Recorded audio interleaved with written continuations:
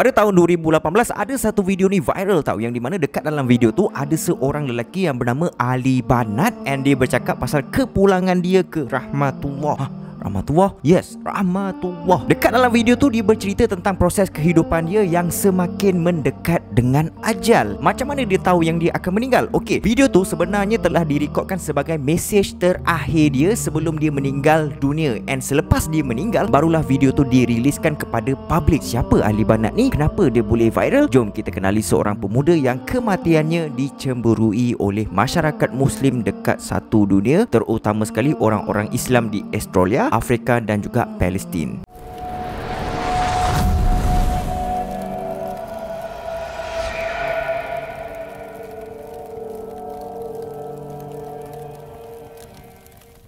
Ali Banat adalah merupakan seorang warga negara Australia yang di mana pada asalnya keluarga dia ni berasal daripada tanah Palestin. Maksudnya sebelum Ali ni lahir, keluarga Ali mungkin nenek moyang dia adalah daripada Palestin dan kemudiannya berpindah ke Australia, bekerja dan beranak pinak semua dekat sana. Ali lahir pada 16 Februari 1982 di Greenacre, New South Wales, Australia. Ali ni sebenarnya orang biasa je, tapi guys, hasil kerja keras dia sendiri. Pada umur Ali 33 tahun dia telah berjaya mendapat gelaran seorang jutawan yang berjaya dekat Australia sana tu di atas kejayaan dan harta yang diperoleh hasil daripada syarikat keselamatan dan elektrik yang dibangunkan sendiri oleh diri dia. Ali ni jenis orangnya suka collect jam tangan, cap, kasut, cermin mata, baju, and bukan brand biasa-biasa semua tu. Semua tu brand mewah macam Gucci, Louis Vuitton. Betul ke tak kan? Vuitton ke apa ke kan? And banyak lagi. Kita cerita pasal kereta. Kereta pula jangan cakap lah. Lebih daripada satu kereta dia ada. Antaranya kereta Ferrari Spider yang di mana pada masa dia beli kereta tu, harga kereta tu bernilai $600,000. Tu baru satu kereta, belum cerita kereta lain lagi. Senang cakap, kehidupan dia memang sangat selesa. Ada duit, ada bisnes dia sendiri, ada keluarga yang bahagia. Sebenarnya Ali ni dia dah berkahwin, cuma Carol tak dapat info pasal isteri dia. Carol cuba juga cari dekat mana-mana media kan, tak jumpa pula. So kehidupan Ali yang bahagia tu tak lama guys,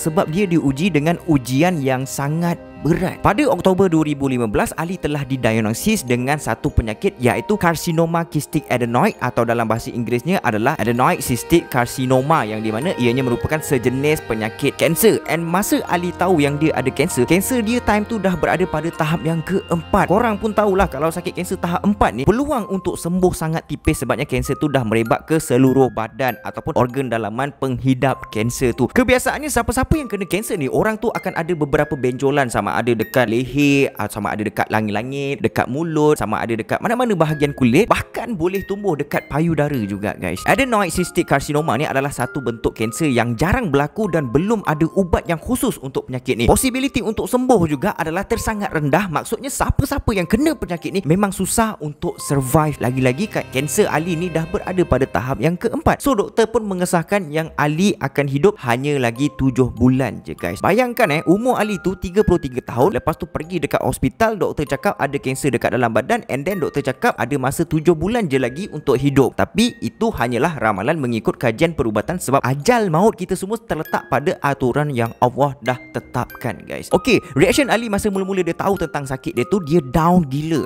Siapa je yang tak down bila kau dapat tahu yang kau akan mati? Tapi rezeki Ali bukan setakat harta je yang dia ada. Dia ada orang-orang yang baik dekat sekeliling dia. Ramai agamawan, ustaz yang datang bagi semangat dan nasihat dekat dia. And sampai satu tahap tu ada seorang ustaz ni bagi tahu dekat Ali yang di mana Ali ni sebenarnya sangat beruntung sebab dia dah tahu bila dia akan meninggal, dan Ali pun dah tahu macam mana cara dia meninggal. Kalau ikutkan memang betul lah apa yang ustaz tu cakap. Kita semua tak tahu bila kita akan mati. Kita semua tak tahu macam mana cara kita akan mati nanti. Adakah kita akan mati dalam keadaan beriman kepada Allah? Macam dekat Said Ali ni, dia dah tahu bila dia akan mati. Jadi dia boleh buat preparation sebelum ke alam yang lagi satu. Jadi Ali pun berpegang dengan kata-kata ustaz tu. So dia pun dah start terima ketentuan yang Allah dah tetapkan untuk dia. So dia pun buat keputusan untuk tinggalkan kehidupan mewah dia, and dia tekad untuk tak kejarkan lagi kemewahan material, dan seterusnya dia pilih untuk mendekatkan diri kepada Allah. Dan dalam pada masa yang sama juga, dia nak tunjuk and dia pun nak ajar juga kepada seluruh dunia, walaupun sekecil nikmat yang Allah bagi dekat kita, kita kena bersyukur dan kena ingat nikmat yang kita kecapi tu Allah boleh tarik pada bila-bila masa sahaja yang Allah nak. Okey, tadi Carol ada mention dia dapat tahu tentang sakit dia tu pada Oktober 2015. 2015 kan. Pada bulan yang sama juga Ali telah tubuhkan satu projek amal iaitu Muslim Around the World MATW yang base-nya di Togol iaitu di West Africa. Kenapa Afrika? Sebabnya dekat sana memang kita sedia maklum kadar kemiskinan dekat sana tu memang sangat tinggi. Mesti korang pernah tengok gambar ataupun video kanak-kanak yang perut membuncit sebab faktor kurangnya nutrisi tu kan. Kematian pun memang banyak dekat sana sebab kurang air. Mostly berlaku dekat banyak tempat dekat Afrika sana tu. So projek MATW ni memfokuskan untuk bantu mereka yang kurang berkemampuan. Antara projek yang MATW ni jalankan adalah pembinaan telaga air, kemudahan pembelajaran seperti sekolah, kedai roti untuk bagi peluang pekerjaan kepada ibu tunggal, pembukaan rumah anak yatim, pembinaan dan pembangunan masjid dan macam-macam lagi ya program amal under MATW ni. And orang-orang yang Ali bantu ni tak kira kulit dan pegangan agama tau. Semua dia tolong. Kalau tengok daripada platform Instagram, Ali banyak kongsi pengalaman dengan follower dia every time dia turun padang untuk jalankan misi. And Ali memang all out dalam menjalankan projek yang dia bangunkan ni guys. Permulaan modal untuk MATW ni dia dapat hasil daripada jualan barang-barang mewah dia sendiri macam kereta Ferrari, koleksi jam tangan mewah dia, simpanan dia, apa benda semua tu dia korbankan semua tu sebab bagi dia apa yang dia miliki tu dah tak ada nikmatnya untuk dia pakai dan simpan. Projek amal Ali ni merata tempat tau, bukan kat West Africa je. Antara tempat lain macam Burkina Faso, Ghana dan juga ada Benin. Bukan tu je, Ali akan mengembara daripada Australia ke Togo, ke United Kingdom, ke Amerika Syarikat untuk misi-misi dia yang itulah. Even sampai sekarang projek MATW ni masih lagi berjalan walaupun tanpa sosok Ali Banat. Tadi Khairul ada sebut yang doktor kata dia ada masa 7 bulan untuk hidup kan. Memang betul lah aturan Allah tu tak ada siapa pun yang tahu. Ali masih lagi hidup dan giat buat aktiviti amal dia. Even dah lebih tempoh 7 bulan dia hidup untuk melawan kanser tu. Selepas 7 bulan tu walaupun dia bersyukur dia masih hidup dan dia berpeluang untuk buat banyak lagi kebaikan, setiap hari bila dia bangun tidur dia akan rasa sedih. Sedih bukan sebab kenang penyakit dia yang menunggu ajal tu, tapi dia sedih sebab Allah masih tak tarik nyawa dia lagi. Dia sangat excited untuk bertemu dengan Allah. Sebab tu dia anggap ujian sakit dia tu adalah anugerah dan juga hadiah Allah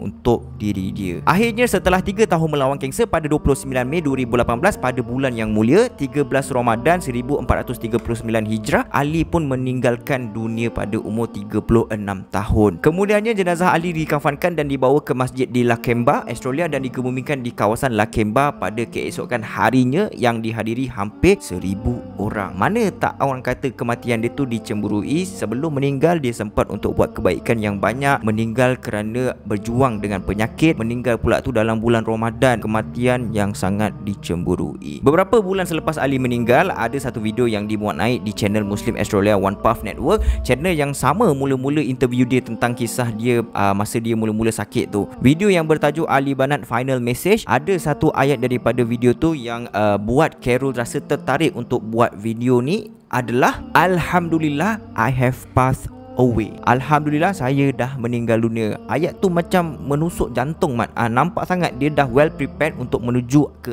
alam yang lagi satu tu. Video dia tu lebih kurang dalam 5 minit lebih. Korang boleh try tengok.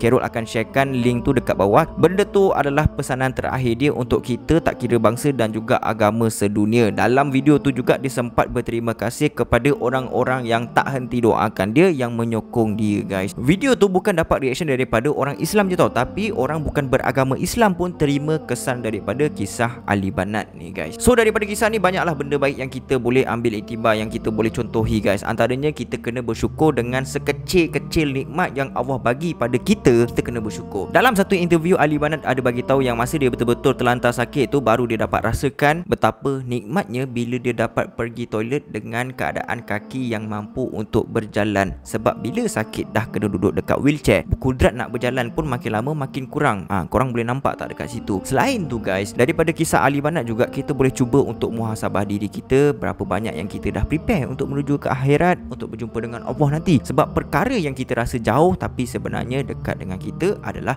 ajal. Bila-bila kita boleh meninggal. Nabi Muhammad SAW pernah bersabda yang diriwayatkan oleh Abu Hurairah radhiyallahu anhu, iaitu apabila anak Adam mati, putuslah segala amalannya kecuali 3 perkara: sedekah jariah, ilmu yang bermanfaat dan doa-doa anak yang soleh. Contohlah ni contoh je, korang ada sedekahkan Al-Quran dekat surau, and then ada orang baca Al-Quran tu, and even korang dah mati pun korang masih boleh dapat pahala. Korang nampak tak dekat situ the power of sedekah. Kita semua kena ingat, tak berduit tak bermakna tak boleh boleh bersedekah. Jangan tunggu kaya untuk bersedekah. Bersedekahlah sampai menjadi kaya. Kalau ada apa-apa recommendation untuk video seterusnya, boleh komen dekat bawah ataupun boleh DM di IG Carol atau melalui email pun boleh. Until next time, see you soon. Assalamualaikum.